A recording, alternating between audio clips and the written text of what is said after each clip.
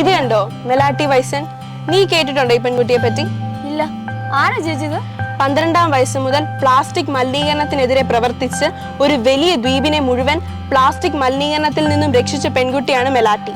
ഇതുപോലെ ചെറുപ്രായത്തിൽ തന്നെ പ്രകൃതി സംരക്ഷകരായി മാറിയ കുട്ടികളെ പറ്റി ഈ മാഗസീനിൽ പറയുന്നുണ്ട്.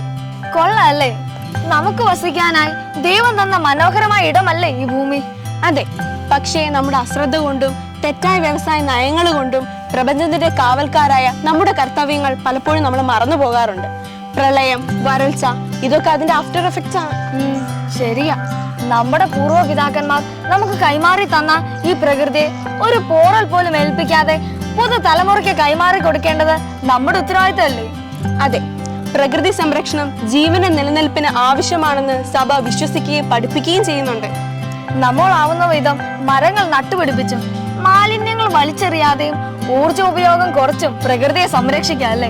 അതെ, അത് തന്നെയാണ് ഉത്ഥാനോത്സവം 5-ാം ദിവസം നമ്മെ പഠിപ്പിക്കുന്നത്. ഹായ് കൂട്ടുകാരെ, ഈ 5 ദിവസങ്ങളിൽ നമ്മൾ ഒരുമിച്ചുള്ള ഒരു യാത്രയിലായിരുന്നു.